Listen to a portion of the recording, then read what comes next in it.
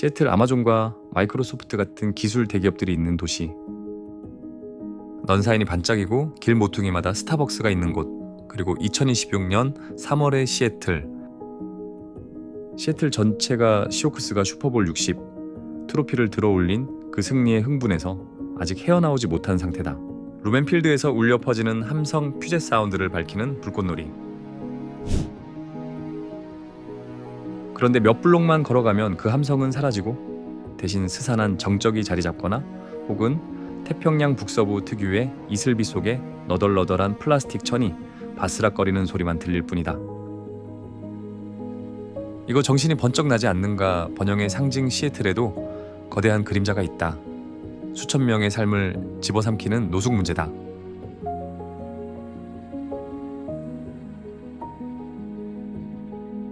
I would never would assume that I would be homeless because if you have worked all your life and you have honest approach to work, work and get paid for your job, you would never be homeless. 오늘은 바로 시애틀의 노숙 문제를 이야기해보려 한다. 새로운 이야기가 아니다. 이미 2015년에 시는 비상사태를 선포했지만 2026년 3월 현재 상황은 그 어느 때보다 복잡하다. 킹카운티 자료에 따르면 집이 없는 사람이 4만 명이 넘고 보호소 침대는 절반밖에 되지 않는다. The apartment rent is so high, it doesn't balance with the paycheck. 매일 밤 추위와 비병마 심지어 죽음과 싸워야 하는 사람들이다. 단순한 숫자가 아니다. 잃어버린 어린 시절과 부서진 가족의 실제 이야기다. 하지만 모든 것이 어둡기만 한 건 아니다. KT 윌슨 신임 시장은 야심찬 계획을 발표했다. 올해만 1000개의 새로운 보호소 유닛을 짓고 작은 주택 마을과 정신건강 지원을 포함한다. 그녀는 이렇게 말했다. We can't just keep moving people from place to place and calling that progress. The single most important thing we can do to address our city's homelessness crisis is to rapidly expand emergency housing and shelter with supportive services. 그럼에도 충격적인 현실은 계속된다. 청소 후 몇 주 만에 다시 생겨나는 노숙캠프 중독과 지원 거부가 얽힌 문제다.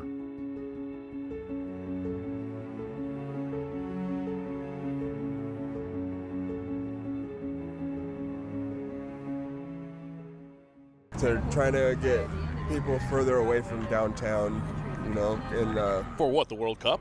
definitely I feel like for the World Cup. 그래서 내가 이 글을 쓰는 이유다. 시애틀의 노숙 문제, 그 뿌리와 영향 충격적 사건, 그리고 가능한 해결책을 깊이 들여다보기 위해서다. 목표는 인식을 깨우고 지역사회의 행동을 촉구하는 것. 시애틀이 우리에게 가르쳐준다. 부유함이 반드시 공정함을 의미하지는 않는다. 함께 살펴보고 작은 변화를 만들어보자. 준비됐는가?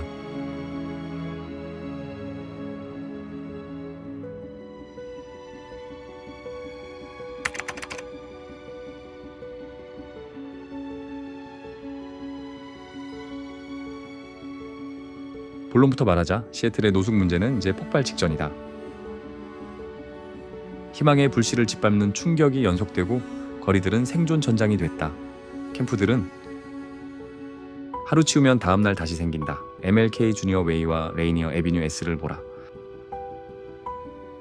청소된 자리도 몇 주 만에 20명 이상이 다시 모이고 깜박이는 가로등 아래서 마약이 노출된다. 완전히 두더지 게임과 같아서 수백만 달러의 세금이 날아가고 겨울 최저 기온 섭씨 40도 약사돼서는 저천증이 목숨을 위협한다.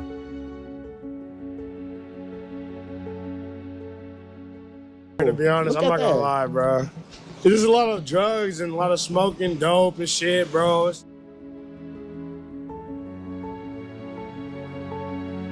충격적인 사실 하나. 매년 수백 건의 과다 복용을 부르는 코끼리 중독과 정신 붕괴를 왜 회피하는가? 윌슨 시장의 연설에서는 강제 치료는 완전히 빠져 있다. 덕분에 펜타닐은 통제 없이 퍼지고 플리머스 하우징 같은 곳에서는 화재가 발생해 인명과 자원을 앗아간다. 지난달 한파 속 섭씨 0 돼서 섭씨 30이 돼서 100명이 넘는 사람들이 보호소를 거부했다. 트라우마로 인한 저항이 잠긴 채였다. 거리에서 직접 이 상황을 겪는 사람으로서 나는 이 악순환을 본다. 강제 조치가 없으면 실패는 끝없이 반복된다.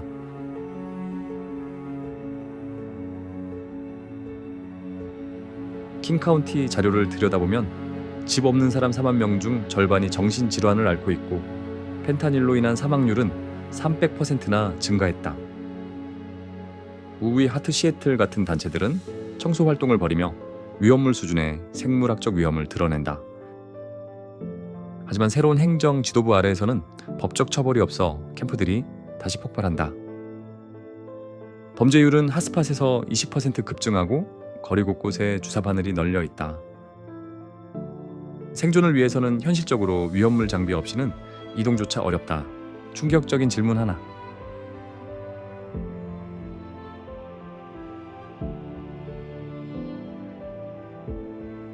생명을 살리기 위해 강제 재활을 시켜야 할까 아니면 시체가 쌓이도록 내버려두는 연민 정책을 고수할까 논란이 있지만 현장에서는 자발적 정책은 사실상 무용지물이다.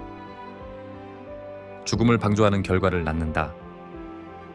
기존 법을 통한 강력한 강제 조치 없이는 그림자 같은 문제들이 진행 상황을 먹어치우는 속도가 비처럼 판지 위를 파괴하는 속도보다 빠르다.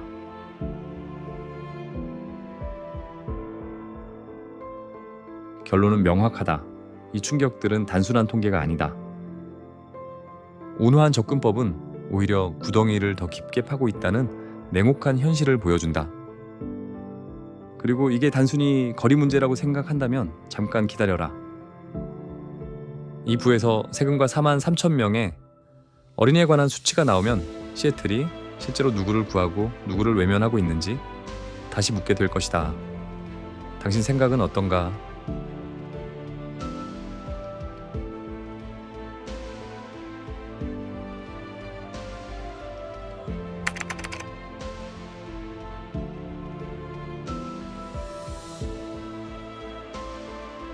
(2026년) 시애틀은 완전한 시스템 붕괴를 눈앞에 두고 있다. 3억 5천만 달러 규모의 예산 구멍을 백만장자 세금으로 메우려 했지만 도시 경제는 오히려 절벽으로 끌려가는 모습이다. 경제적 역설 수익이 도망칠 때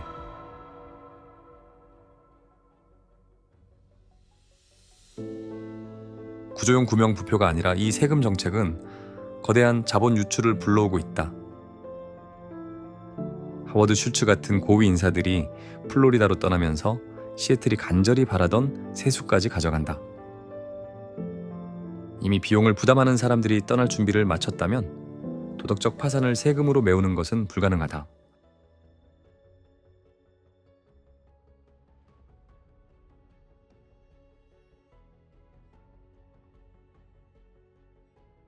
냉혹한 대조.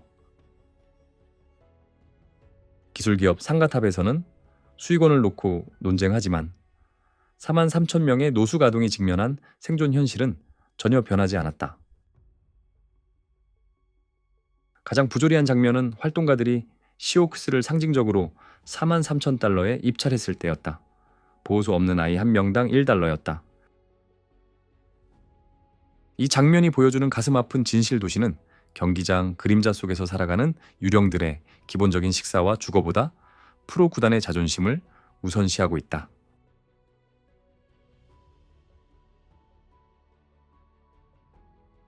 실패한 도박의 결과 결국 우리는 침대보다 텐트를 더 많이 만들어내는 시스템에 기록적인 자금을 쏟아붓고 있다.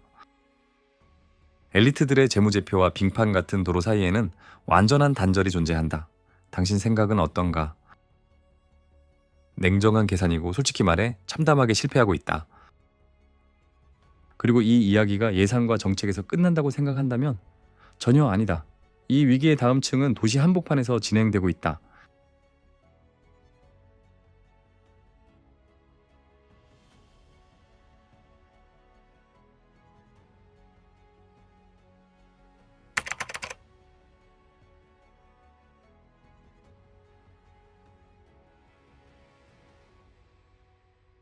시애틀의 공공 안전망은 현재 사실상 마비 상태다. 그 자리는 혼돈의 전술적 공백으로 대체되었고 법의 지배는 텐트 지퍼에서 멈춘다. 우리는 단순한 노숙 문제를 보는 것이 아니다. 고위 범죄자들이 도시 곳곳에 섞여 숨어 있는 완전한 도시 위장 작전을 목격하고 있다. 사례를 보자. FBI 10대 수배범인 세뮤얼 라미레즈 주니어가 경찰서에서 불과 몇 블록 떨어진 곳에서 몇 달 동안 어떻게 당당히 숨어 있을 수 있는가?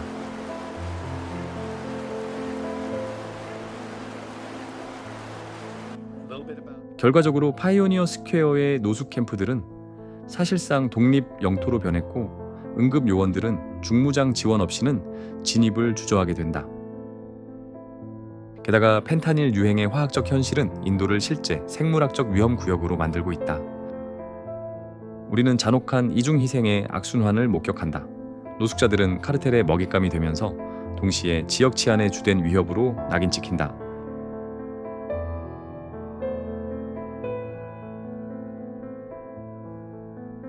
도시는 기본 질서를 강제하지 않음으로써 연민을 베푸는 것일까? 아니면 범죄 세력에 대한 계산된 항복일까? 사실 도시 안의 전쟁은 정치로 싸워지는 것이 아니라 나르칸과 전술적 제압으로 치러지고 있다. 궁극적으로 거리의 현실은 냉혹하다.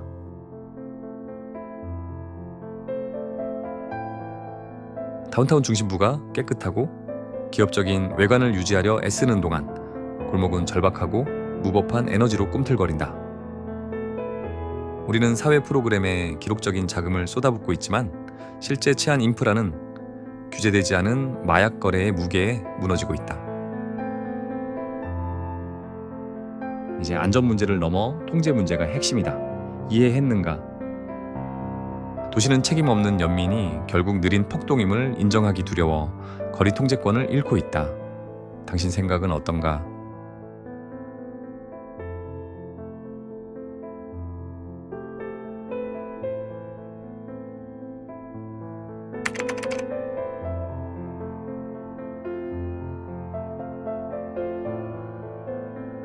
시애틀의 타이니하우스 계획은 사실상 인간을 저장하는 고위험 실험이며 현재 스트레스 테스트에서 실패하고 있다. KT 윌슨 시장은 한 단지당 250명 규모로 이런 마을을 공격적으로 확대하고 있지만 시설 자체의 기술적 완성도는 완전히 허술하다. 벽이 호흡하는 동안 유독 포자가 폐로 들어오는 집이 과연 지필 수 있을까? 결과적으로 우리는 지속 가능한 인프라를 짓는 것이 아니라 월드컵 카메라가 오기 전에 사람들이 보이지 않도록 버려진 듯한 임시 창고를 배치하고 있는 셈이다.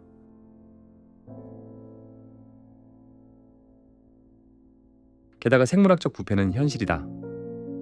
최근 발생한 곰팡이 스캔들에서 한 여성은 시에서 제공한 집이 유독한 배양 접시처럼 변해 다시 얼어붙은 도로로 돌아가야 했다. 이는 현재 시스템이 완전한 사기임을 보여준다. 사실 우리는 실제 구조공학과 인간 안전보다 홍보 지표와 침대 수에 우선순위를 두고 있다.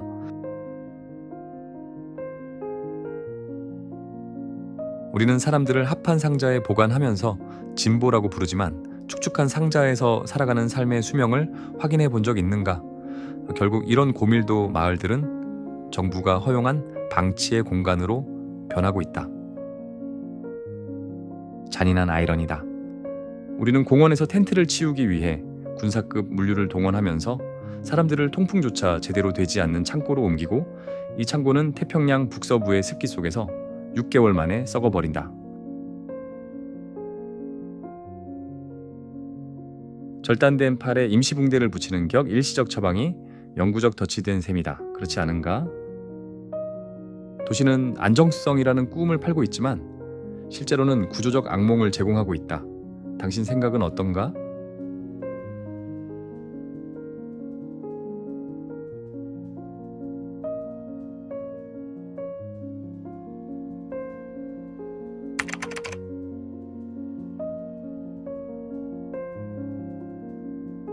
시애틀은 지금 시한폭탄과 같다. 이웃들이 보기 전에 도시가 마치 범죄 현장처럼 인도를 닫고 있다. 루멘필드에서 열릴 2026 월드컵 개막까지 90일도 채 남지 않았고 미화 지시는 잔인하고 냉정한 효율로 거리 곳곳에 적용되고 있다. 결과적으로 주택 우선 하우징 퍼스트 운동의 이상적 순수성은 국제 방송의 시선 앞에서 완전히 짓밟히고 있다. 물류 문제를 보자. 이제 이건 사회복지 차원이 아니라 전술적 제거 작전이다.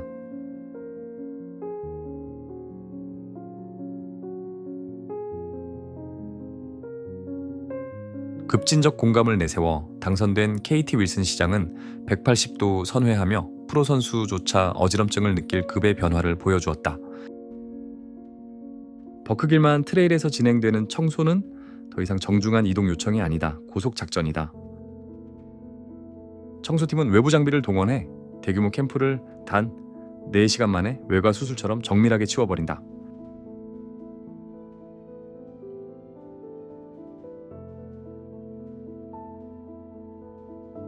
텐트가 단지 청아 폴대라고 생각한다면 소유자가 생명을 구하는 의료용품을 쥔 채 쓰레기 압축기에 눌려가는 모습을 떠올려 보라. 이것이 거리의 생존 기술이다. 빠르고 지저분하며 눈앞에서 벌어지고 있다. 게다가 기술적 격차는 충격적이다. 경기장 공역을 보호하기 위해 수백만 달러를 최첨단 드론, 방어, 레이저 시스템에 쏟아붓는 동안 불과 3블록 떨어진 사람들은 마른 콘크리트 한 구역을 두고 싸우고 있다.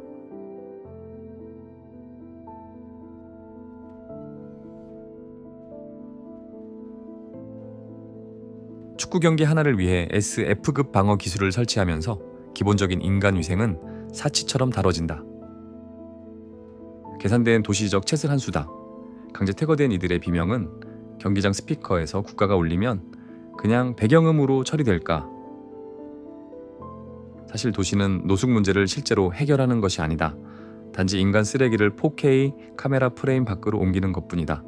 이해했는가?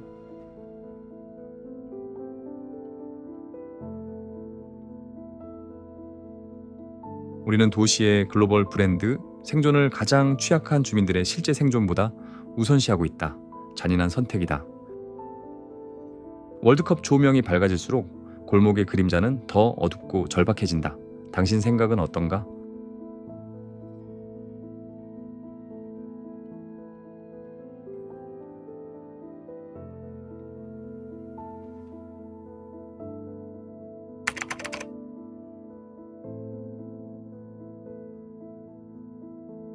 지도로 시작하자. 시애틀의 노숙 문제를 진짜 이해하고 싶다면 정책 보고서가 아니라 지리부터 봐야 한다. 도시의 특정 지역들은 조용히 위기의 그라운드 제로가 되어 있다. 일단 패턴을 보면 무시하기 어렵다. 예를 들어 정글 더 정글을 보자. 현지인들은 그 이름이 의미하는 바를 정확히 안다. 다운타운 남쪽 인터스테이트 5번 고속도로 아래를 따라 이어지는 울창한 녹지대다. 수년 동안 이 땅은 비공식 생존구역으로 기능해왔다. 나무 사이에 텐트가 생기고 작은 길이 자연스럽게 생기며 사람들은 갖고 다닐 수 있는 재료로 임시 거처를 만든다. 출퇴근하는 대부분 사람들에게는 숨겨져 있지만 시 행정 서비스 쪽에서는 모두 위치를 안다. 지원팀이 가고 경찰이 가고 청소팀도 간다. 그럼에도 이 지역은 해마다 보고서에 계속 등장한다. 첫 번째 질문이 사람들을 멈추게 한다.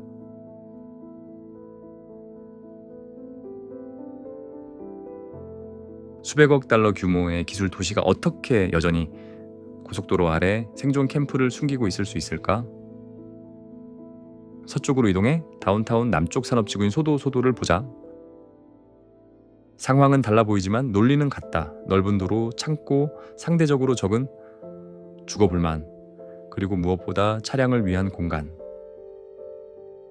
그래서 이곳 길게는 RV 차량이 길게 늘어서 있는 경우가 많다. 오래된 캠핑카 개조된 벤대로는 안쪽에 창문 가리개를 테이프로 붙인 일반 세단까지 다양하다. 바로 여기서 도시의 차량 노숙기 눈에 보이기 시작한다. 엔진은 난방기가 되고 주차 차선은 장기 거주 구역으로 바뀐다. 더 이상 임시가 아니다. 생존을 위한 인프라다.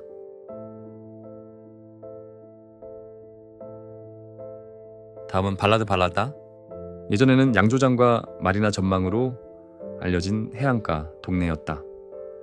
하지만 최근 몇 년 사이 주요 도로를 따라 대규모 캠프가 여러 곳 형성되었다. 시는 주기적으로 캠프를 치우지만 몇 주 만에 사람들은 돌아오거나 몇 블록 떨어진 곳으로 이동한다. 패턴이 반복된다. 치우고 이동하고 다시 세운다. 계속 반복이다. 마지막으로 도시의 중심부인 다운타운과 파이오니어 스퀘어. 여기서 대조는 더 이상 무시할 수 없다. 한 블록에는 사무용 타워가 서 있고 다음 블록에는 인도위 텐트가 늘어서 있다. 기술직 출퇴근길의 사람들이 또 다른 밤을 보내기 위해 텐트를 설치하는 사람들을 지나친다. 완전히 다른 두 현실이 같은 거리를 공유하고 있다. 두 번째 질문이 논쟁을 불러일으킨다. 위기가 도심에서 눈에 보이면 갑자기 인도적 문제인가? 아니면 공공질서 문제인가? 이것이 바로 시애틀이 지금 씨름하고 있는 불편한 진실이다. 이 지역들은 더 이상 지도 위에 단순한 위치가 아니다. 경제 성장과 거리 생존이 충돌하는 지점을 보여주는 상징이자 물리적 표시가 되었다.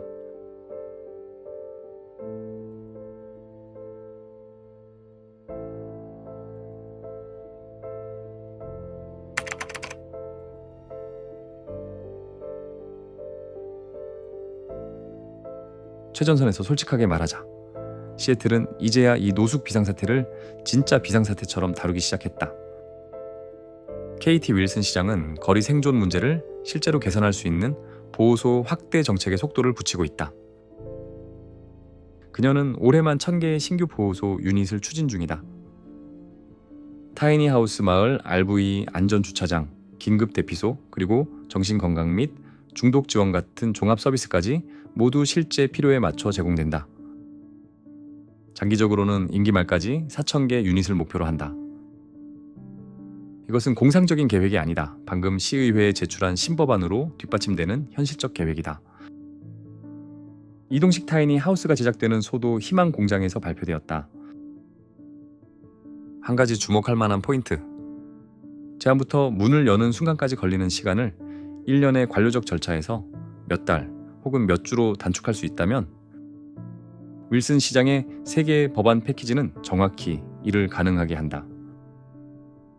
시가 부동산 소유주와 직접 임대 계약을 체결할 수 있게 하여 끝없는 부서 승인 과정으로 인한 속도 저하를 제거한다. 법안 하나는 타이니 하우스 마을 수용 인원을 사이트당 100명에서 150명으로 늘리고 필요할 경우 각 시의회 구역마다 최대 250명까지 수용할 수 있는 메가마을도 허용한다.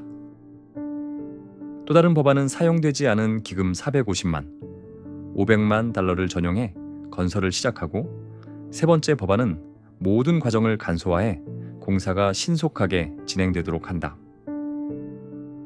웨스트 시애틀 W 마지널 웨이 SW에 있는 주 소유 부지 같은 곳은 이미 승인되어 움직이고 있다. 게다가 이번 조치는 실질적 전환을 의미한다. 순수한 주택 우선 원칙을 버리고 거리 현실에 맞춘 보호소 우선 정책으로 선회한 것이다. 왜일까?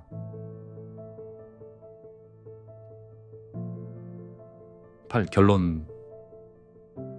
월드컵 레이저 조명은 결국 꺼지겠지만 젖은 콘크리트는 여전히 따뜻해지지 않는다.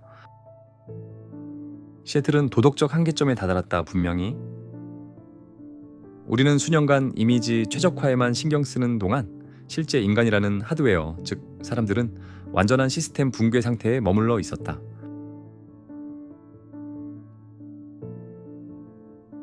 결국 도시를 정해야 하는 것은 슈퍼볼 우승 반지나 최첨단 경기장 방어가 아니라 여전히 스페이스 니들, 그림자 속에서 잠드는 아이들이다. 이해했는가? 우리는 썩어가는 상자 속에 영혼을 보관하는 것을 멈추고 실제로 존엄 있는 기반을 세워야 한다. 그렇지 않은가? 경기장 조명이 사라지면 남는 것은 우리가 그렇게 애써 숨기려 했던 진실뿐이다. 당신 생각은 어떤가?